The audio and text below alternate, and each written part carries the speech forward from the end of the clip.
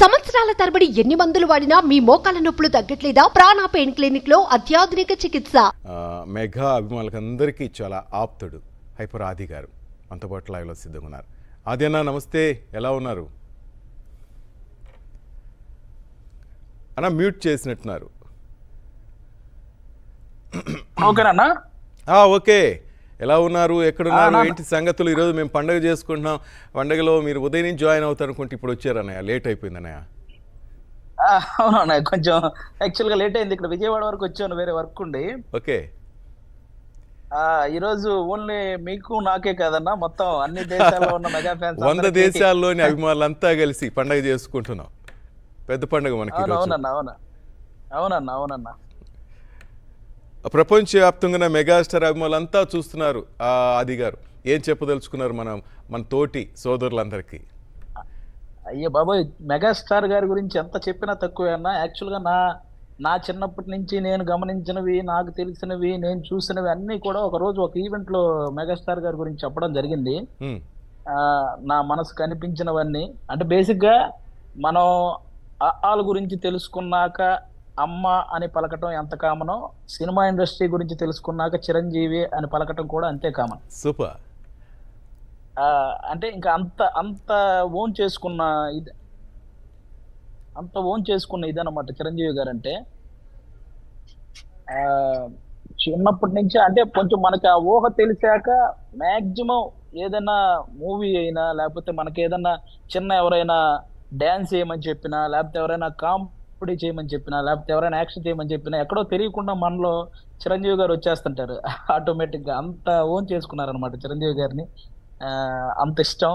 అలాంటి చిరంజీవి గారిని చాలా సార్లు కలిసే అవకాశం వచ్చింది. అది ఇంకా చాలా అదృష్టంగా భావించవచ్చు. ఇంకా ఇండస్ట్రీకి వచ్చాక ఇంకా అంతకంటే ఏం కావాలి అనిపించేంత అదృష్టం కలిగిందన్న ఆయన కలవడం. అది నా ఇన్స్పిరేషన్గా చాలామంది చెప్తుంటారు. చిరంజీవి గారిని ఈ విషయంలో మేము ఇన్స్పిరేషన్గా తీసుకున్నాం, లేకపోతే ఆయన గుణం మాకు నచ్చింది, ఇది ఆయనలో నచ్చిన గుణం ఇది అంటుంటారు. ఇట్లా మీకు ఆయన నచ్చిన క్వాలిటీస్ ఏంటి? అసలు వ్యక్తిగతంగా చిరంజీవి గారిని చూసి నేర్చుకోవాల్సినవి చాలా చాలా ఉన్నాయన్న. అంటే ఎవడైనా, లేకపోతే తర్వాత రాబోయే తరాలు ఎవరైనా ఇండస్ట్రీకి వచ్చినా, లేకపోతే వాళ్ళు ఏ ప్రొఫెషన్లో ఉన్నా కానీ వ్యక్తిత్వంలో చిరంజీవి గారిని ఇన్స్పిరేషన్ తీసుకుంటే ఇంకా అసలు వాళ్ళు ఉన్నత విజయాలను అందుకోవటం చాలా ఈజీ ప్రాసెస్ అన్న. ఆయన రాబోయే తరాలకి ఆయన జీవితం అనేది ఒక లైబ్రరీ లాగా అన్నమాట. నేర్చుకోవాల్సింది చాలా ఉంది, ఎంతైనా నేర్చుకోవచ్చు ఆయన చూసి. రైట్. మామూలుగా ఆ అన్నయ్య గురించి మనం మాట్లాడుకుంటే ఆ మనసే వేరు ఆది గారు. ఎందుకంటే చాలా విషయాల్లో మీరు హైపర్ అయిపోయినారు చాలా విషయాలే కదా. అన్నయ్య ఏమంటే తట్టుకోలేరు కామెంట్. ఎస్ అసలు ఇప్పుడు నిన్న యాక్చువల్గా కమిటీ కుర్రాళ్ళు వాళ్ళ సక్సెస్ ని వాళ్ళందరినీ పిలిచి ఇంటికి పిలిచారు, కొత్త కుర్రాలు ఇంటికి పిలిచారు. అంటే ఒక సినిమా కాదన్న, ఏదైనా సినిమా సక్సెస్ అయితే ఆ డైరెక్టర్ని, ఆ హీరోల్ని, ఆ టెక్నీషియన్స్ అందరిని ఇంటికి పిలిపించి వాళ్ళని ఎంకరేజ్ చేస్తే వాళ్ళు నెక్స్ట్ ఎంత ఉత్సాహంగా పనిచేస్తారంటే అది చాలా అవసరం అన్న ఇండస్ట్రీలో. ప్రతి ఒక్కరికి చిరంజీవి గారిని ఒకసారి చూడాలని ఉంటది. కాబట్టి ఇప్పుడు 11 మంది కొత్త కుర్రాళ్ళు వాళ్ళంతా ఎన్నో ఆశలతో ఇండస్ట్రీకి వచ్చారు, ఒక సినిమా చేశారు, సక్సెస్ అయింది. అలా అవ్వగానే వెంటనే చిరంజీవి గారు లాంటి వ్యక్తిని కలవడం వాళ్ళకి ఎంత ఇన్స్పిరేషన్ గా ఉంటది, నెక్స్ట్ ఎంత ఉత్సాహంగా పనిచేస్తారు. అదిగాక ఒక పర్సన్ ఎవరో చిరంజీవి గారి వెనక్గా ఇలా చెయ్యేస్తే ఎవరో అలా తీయబోతే వెంటనే చిరంజీవి గారు పర్లేదు ఆ చెయ్యేసుకోమ్మా అని చెప్పి వెంటనే, అంటే అసలు ఎక్కడా కూడా వాళ్ళకి ఒక చిన్న ఫీలింగ్ కూడా కలగనివ్వకుండా వాళ్ళని చూసుకున్న విధానం కానీ, వాళ్ళ ప్రతి ఒక్కరి పేరు ఊరు తెలుసుకొని వాళ్ళని పలకరించిన విధానం, ఇంకా అంతకంటే మంచి మనసు ఎవరికి ఉంటుంది అన్నయ్య గారు? మనం మాట్లాడుకోవాలి. అసలు ఓపిక కదా. సాయంత్రం వరకు సెట్ లో షూటింగ్ లో ఉంటారు, సాయంత్రం తర్వాత వాళ్ళందరినీ పిలిచి ఎక్కడా కూడా ఎవ్వరి మీద కూడా ఒక చిన్న అసహనం కూడా ఎప్పుడు చూపించరు చిరంజీవి గారు. అందుకే ఆయన బాక్స్ ఆఫీస్ ని ఇంతలా ఏలగలిగాడు. ఇప్పుడంటే బాక్స్ ఆఫీస్ కి చాలా మంది మొగుళ్ళు ఉండొచ్చు, కానీ ఈ 90s లో మాత్రం 90s 2000s లో బాక్స్ ఆఫీస్ కి ఒకే ఒక్క మొగుడు, ఆ మొగుడు ఘరానా మొగుడు, మన మెగా మొగుడు కదా.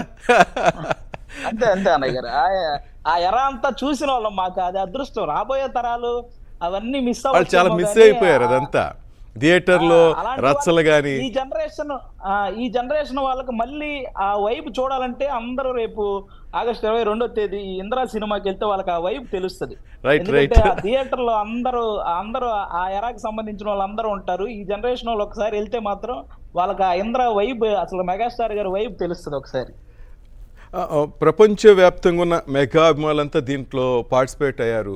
ఆది గారు దాదాపు 12 గంటల పాటు ఈ ప్రోగ్రాం, మధ్యాహ్నం 12 గంటలకు నేను స్టార్ట్ చేశాను, ఇప్పుడు 3 దాటుతుంది. నేను ఇంకా చూశాను అన్నయ్య గారు, నేను లైవ్ ఫాలో అవుతున్నాను. నేను పాపం వరుసగా ఎంతమంది సెలబ్రిటీలు వాళ్ళ టైం కేటాయించి, ఎందుకంటే చిరంజీవి గారు అంటే అందరికి అంత ఇష్టం. ఆ పేరు చెప్పగానే ఇలా లైవ్ అంటే రావడానికి ప్రతి ఒక్కరూ ఉత్సాహంగా ఉన్నారు. వాళ్ళే కనుక్కుంటున్నారు ఏ టైంకి కాల్ ఉంటుంది మాది చెప్పండి ఒకసారి అని, ఇలా కనుక్కొని మరీ వస్తున్నారు. ఇంకా ఈ దేశ విదేశాల అభిమానులు అందరూ కూడా, అంటే వాళ్ళు దేశం మారినా కూడా మహా అయితే వాళ్ళ అలవాట్లు పద్ధతులు మారుంటాయి, కానీ చిరంజీవి గారి మీద అభిమానం ఎవ్వరికీ మారలేదు. ఎన్ని సంవత్సరాలైనా ఆ చెక్కు చెదరని అభిమానంతో వాళ్ళందరూ కాల్స్ చేసి వాళ్ళందరూ ఆయన మీద ఉన్న అభిమానాన్ని చూపించడం, ఈ విశ్వంబరుడు షో ద్వారా మీరు యాంకరింగ్ చేస్తూ అందరినీ ఇలా కలపడం అనేది కూడా చాలా చాలా మంచి విషయం అన్న. ముందుగా మీకు కూడా థ్యాంక్ యూ అన్న. అదేనా మీలాంటి వాళ్ళు సపోర్టు, మెయిన్గా అన్నయ్య ఆశీస్సులు సపోర్ట్లు అయితే మనం ముందుకు వెళ్ళలేం కదా. మీరే ఇంతకు ముందు అన్నారు, ఆయన ప్రతి ఒక్కరిని అభినందిస్తారు, ఆశీర్వదిస్తారు. అదే మనకి సగం బలం, అసలు ఎనర్జీ కదా. చాలా అంటే చాలా ఉత్సాహంగా, వాళ్ళకి ఇంకా అంతకంటే ఏం కావాలి. వాళ్ళు నెక్స్ట్ మళ్ళీ చిరంజీవి గారు పిలుస్తారేమో అన్న ఉత్సాహంతో పనిచేస్తాడు. వాడు తీసుకునే కంటెంట్ మీద దృష్టి పెడతారు. మనం మంచి సినిమా చేస్తేనే కదా ఇప్పుడు చిరంజీవి గారు పిలిచారు అనే ఆ ఇదితో పనిచేస్తే ఇంకా ఇంకా మంచి మంచి కంటెంట్లు వస్తాయి కదన్నా. అదేనా ఈ 155 సినిమాలు, 156 సినిమా విశ్వంబర కాబోతుంది. 155 సినిమాల్లో మీ మనసుకు హత్తుకున్న ఒక మూవీ అంటూ ఉంటుంది కదా. అన్నీ ఇష్టమే మనందరికీ, కానీ ఒకటంటూ ఉంటుంది. అన్ని అంటే ఒకటని కాదన్న, నాకు కొంతమంది చిరంజీవి గారు ఈ సినిమా ఫ్లాప్ అని కొన్ని చెప్తుంటారు కదా. ఆ ఫ్లాప్ సినిమాలు కూడా నాకు చాలా బాగా, అసలు ఎక్కడ బోర్ కొట్టకుండా చూస్తానన్న. ఒక చిరంజీవి గారి సినిమా మాత్రమే నేను అలా చూడగలను.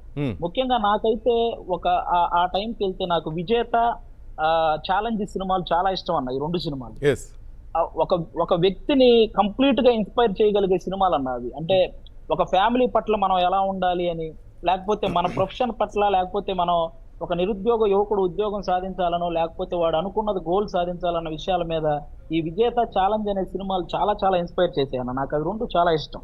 ఎంత ఎదిగిపోయావా అంటూ సాంగ్ కూడా, ఆ సాంగ్ కూడా అసలు అంటే ఇంట్లో చిన్న కొడుకు అనగానే అందరూ తక్కువగా చూస్తుంటారు. ఆ చిన్న కొడుకు చేసిన ఒక ఆ తాలూకా ఏదైతే వాళ్ళ ఫ్యామిలీకి ఉపయోగపడేలా ఒక పని చేశాడు, అది అందరికి చిన్న కొడుకులు ఎమోషనల్ గా ఎంత టచింగ్ ఉంటుంది. ఆయన యాక్టింగ్ కూడా దాంట్లో మన ఇంట్లో మెంబర్ లాగా ఉంటాయి. అంటే ఇండియన్ సినిమాలో నట విశ్వరూపం అంటే మనందరం కమల్ హాసన్ గారని మాట్లాడుకుంటాం, స్టైల్ అంటే రజనీకాంత్ గారని మాట్లాడుకుంటాం, కానీ వాళ్ళిద్దరు కలిపితేనే చిరంజీవి గారని సాక్షాత్తు కె బాలచంద్ర గారే చెప్పారన్న. అలాంటి చిరంజీవి గారిని అంటే ఎన్ని సంవత్సరాలైనా మనం ఎంత ఎదిగినా కూడా వెనక్కి చూసుకుంటే మనం ఎవరి వల్ల ఇన్స్పిరేషన్ తో వచ్చామంటే అది ఆబ్వియస్లీ మెగాస్టార్ చిరంజీవి గారు అంతే. అదేనా నీ నోట అన్నయ్య గారి డైలాగ్ వినాలని ఉంది.